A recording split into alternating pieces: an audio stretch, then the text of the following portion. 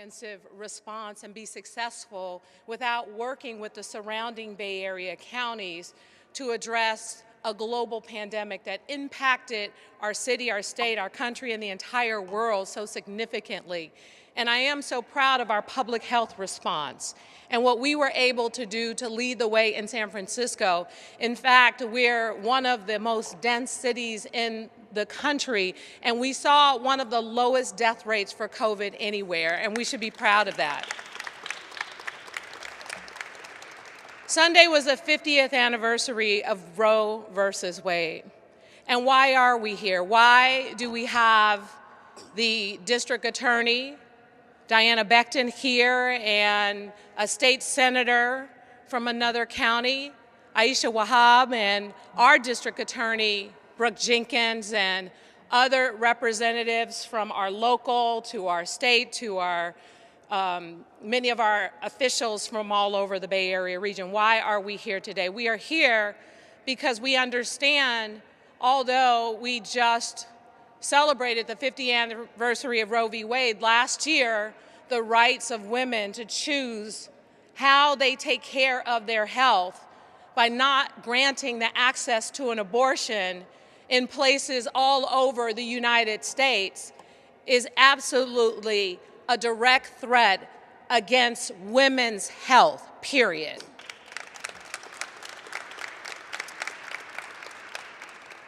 So we're here because Kimberly Ellis, who is the director of the Commission on the Status of Women, came to me and to other women throughout the Bay Area to talk about how are we going to respond.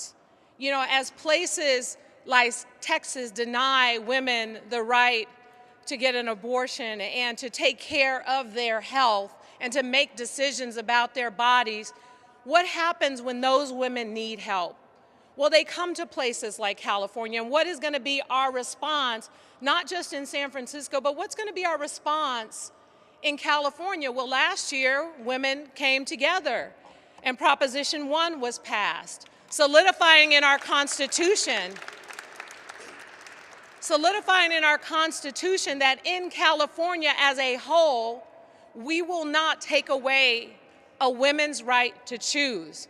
And what does that mean for various counties and the work that needs to be done? It can't just be the work of major cities like San Francisco and Los Angeles. It has to be our collective responsibilities to deal with the challenges for any woman that comes to us and expresses a need for support. And that's where organizations like Planned Parenthood come into play. And we're so grateful that Gilda Gonzalez is joining us here today as well because of their work, their fight, their advocacy. And I remember, Gilda, a time when people were like, a couple of years back, why are we still fighting so hard to protect Roe v. Wade? It's done. It's a done deal. Well, we see as of last year, it's not a done deal, and we have to fight every single day to protect it. And so we are so grateful for partners like Planned Parenthood who continue to fight all over our country. So today I'm proud to announce that this Bay Area response, this Bay Area collective, and what we're going to do to make sure we're all working together to provide solutions, to make sure that our statewide organization is supported so that they can provide a comprehensive solution to addressing this challenge. This is why we're here today. This is why this is important. And I, again, in introducing Kimberly Ellis, want to thank her for her work and her leadership on this issue, because she recognized that under the Commission on the Status of Women, working with the San Francisco Department of Public Health, we can't just do it alone. We need Bay Area partners. We need to come together. And so she helped to lead the way in developing this partnership so that we can work collaboratively together with investments, with resources, with political support, with policy, and with the things that are necessary to ensure that women's right to choose and the health care of women in the city of San Francisco, in the Bay Area, and in the state of California will continue to be protected. Ladies and gentlemen, please welcome Kimberly Ellis to talk about this collaborative.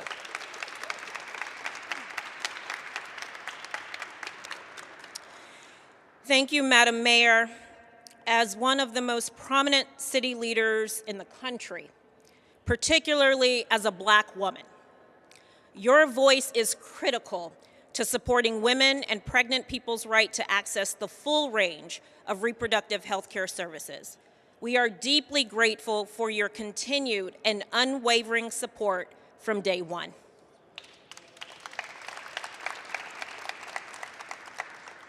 Good afternoon, everyone. I'm Kimberly Ellis, and I am the proud director of the San Francisco Department on the Status of Women. My remarks today will be dedicated to those individuals who lost their lives to senseless gun violence in Monterey Park, in San Mateo County, and just a couple days ago in Oakland, and to their families. Whether we realize it or not, all of these issues are connected and intersectional. I am honored for the opportunity to be in community with you and to welcome all the reproductive justice leaders who have joined us today. We are here today for 3 reasons. Number 1, to commemorate this past Sunday, which would have been the 50th anniversary of Roe v. Wade, by officially launching the San Francisco Bay Area Abortion Rights Coalition.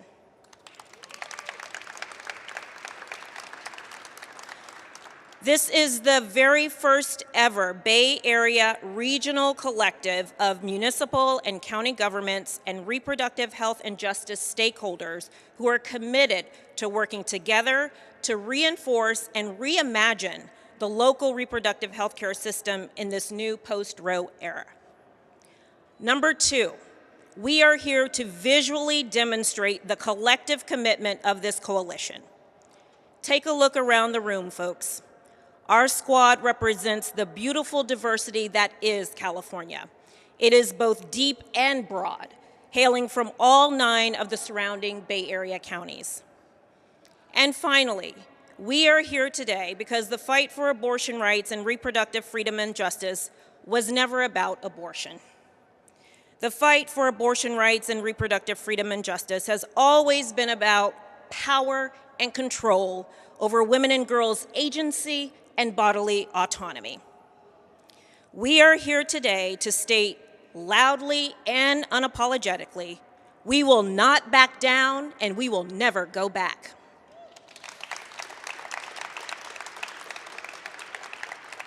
And the launch of the BARC Coalition is just the beginning. We are in this fight together, and this time we're playing for keeps. I would now like to welcome Gilda Gonzalez, who is the CEO of Planned Parenthood Northern California. Gilda.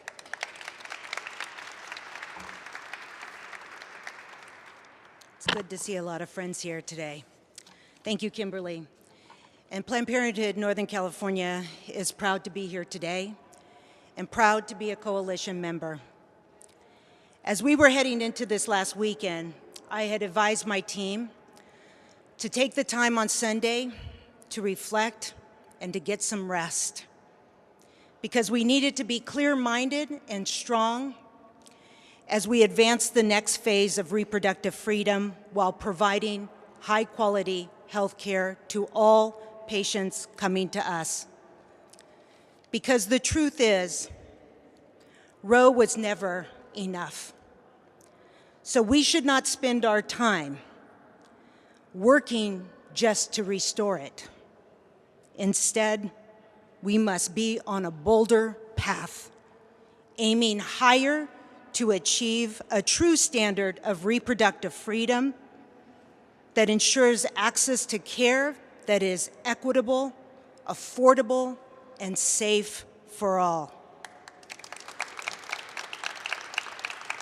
Our reproductive freedom movement must also be pro-democracy, pro-civic engagement, pro-voter turnout, because the overturning of Roe was a direct result of election outcomes.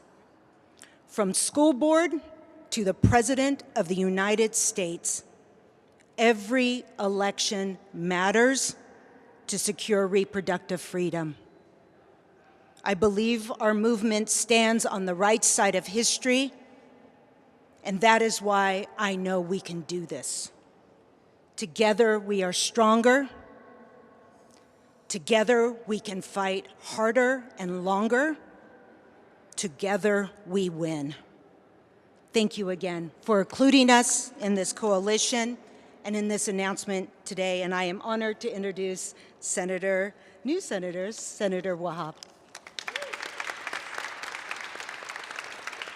Thank you, guys. So my name is Aisha Wahab, and I'm very proud to be here to stand with our brave mayor, London Breed, our director, Kimberly Ellis, and so many of the other women that are here, as well as our allies in positions that really do make a difference, and all of you guys that are here today. This issue is about choice, but it also encompasses everyone's choice. It's about men, women, children, the LGBTQ community, trans men and women, and all of us sitting here together to understand what choice really means. I stand in front of you as a former foster child, and when we talk about that and we talk about the issues that really plague our communities, we don't get at the root of it. We don't have paid family leave. We don't have safety nets. Some of us don't have health insurance. So we're standing here with activists and allies that provide health care, that receive health care. And at the same time, I want to make sure that it's not lost upon any of us when we talk about choice and freedom and democracy. You know, I'm also the first Afghan-American woman elected to the California State Legislature, and you see what's going on there. Thank you. Women's rights are being stripped away. And when we saw Roe v. Wade fall, that's just the first step in individuals trying to take other people's rights away. And when we talk about equity and inclusion, giving somebody more rights does not take anything away from you. So as we celebrate our diversity, as we come together, we also need to understand that every single election does matter. We in the city of Hayward, I was a former Hayward City Council member, we have a Planned Parenthood in our city. There's protests in front of that Planned Parenthood weekly. Why? In the heart of the Bay Area, we should not be seeing this. And we always like to say that these issues and these problems are somewhere else. They're in our backyard. And if we continue to allow them to speak more than us, to be at the table more than us, and these individuals destroying our rights, toppling our progress, we have a problem. And so the work isn't done. And I really want to thank the San Francisco leadership, the Department of Women and Children in this, and Director Kimberly Ellis, just to take a stand on this in particular. No other city has done that, so I really want to thank Mayor Breed and Director Ellis for your leadership. And I want to highlight the importance of us coming together and consistently raising our voices. And we are united together and stronger together, and I really appreciate being here. Thank you. So before we have San Francisco District Attorney Brooke Jenkins come up, I did want to share some of the distinguished guests we have with us. We have a lot, so I'm going to break it up. I think it's really important to speak the name into the record of those who are here today, because the fight for abortion rights, despite the false narratives that have been woven into the fabric of this nation, are not a woman's issue. Abortion rights is everyone's issue. And so it's important to demonstrate who was in the room. In addition to our speakers that we have lined up, we also have Assemblywoman Rebecca Bauer-Cahan, California Commission on the Status of Women Chair and Planned Parenthood Mar-Monte Vice President of Public Affairs Lauren Babb, California Commission on the Status of Women Executive Director Holly Martinez, Access Reproductive Justice Executive Director Jessica Pickney, NARAL Pro-Choice America California State Director Shannon Olivieri Hovis, We also have San Francisco Supervisor Joel Ingondario, San Francisco City Attorney, and also the co-founder of Legal Alliance for Reproductive Rights, David Chu, the Office of San Francisco City Administrator, Carmen Chu, the Office of Hillary Ronan, San Francisco Supervisor. We also have San Francisco Supervisor Connie Chan, San Francisco Human Rights Commission Executive Director, Dr. Cheryl Davis, San Francisco Human Rights Commission Chair, Karen Clopton, San Francisco Status of Women Commissioner, Sophia Andari, Status of Women Commissioner, Ani Rivera, Zuckerberg San Francisco General Hospital Women's Option Center Medical Director and UCSF Professor of Obstetrics and Gynecology and Reproductive Sciences, Dr. Eleanor Dre. That was a lot. We also have Marin County Health and Human Services Director, Benina McLaren. I'll let our DA come up and then I'll start the list again. Madam DA. Thank you, Director Ellis, and thank you, Mayor Breed, for putting not only this coalition together, but bringing us together today to promote the awareness of it, to promote the awareness of this issue. And I'm glad to be a member of this coalition to do what I can to make sure that women and others have the right and the access to this type of health care that they need. What we know is that as much as we can try to protect the right, we have people who are working, as we just heard, to intimidate women, right, from gaining access to the health care that we have made legal for them in California, that we have health care providers that are receiving threats, that are the target of violence. And we, as a city and as a state, have to do more to protect those who are trying to gain access to their rights as patients and those who are providing the care to them. And so my pledge today, as a part of this coalition, is to make sure that as a San Francisco DA's office, we are doing what we need to let it be known loud and clear that any intimidation, any violence, anyone who tries to get in the way of those who are trying to access or provide these reproductive services will not be tolerated, that they will be held accountable, because that is what we have to do. We can't just say it, we have to make sure that we allow people to gain this access without feeling that they will be attacked or the subjects of violence. And so that is my commitment to our city and to our state. And now I want to introduce my fellow district attorney from Contra Costa County, Diana Becton.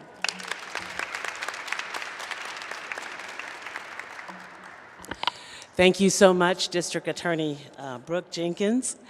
And also thank you to our mayor for the vision, as well as Director Ellis. I'm Dinah Becton, the District Attorney for Contra Costa County. After the Dobbs decision in June of last year, I took a pledge with 80 other prosecutors in the United States to protect a person's right to make their own reproductive choice. Today, I am here to state that the pledge that I took is part of a plan. It is an unwavering commitment to use our expertise to ensure that in the Bay Area and in California, that this is a safe place and an accessible place for those who are seeking or providing reproductive care. It is a plan to strengthen our healthcare system in the Bay Area.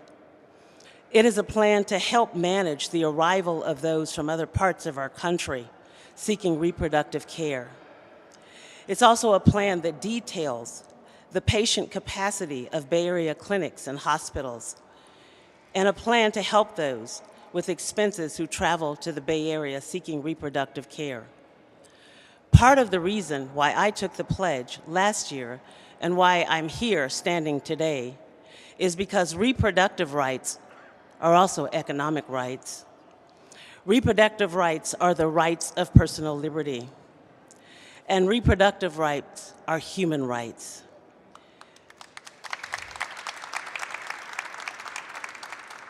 Every person seeking reproductive health care and every person providing that care should have safe access. Today, I am proud to stand with my colleagues at the Bay Area Abortion Rights Coalition as we lead the way in securing our liberties and seeking justice for everyone. We're stronger together, and I stand with the same stance as District Attorney Brooke to pledge that the District Attorney's Office will stand alongside all of our other partners to protect those rights. And now it is my pleasure to introduce Dr. Grant Colfax, Director of the San Francisco Public Health Department.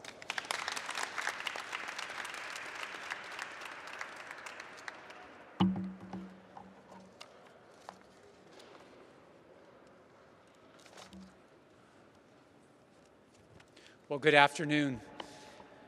It's a pleasure to be here, and I want to thank Mayor Breed for her leadership and the leadership and vision of Director Ellis, and look forward to continued partnership with you as we work together.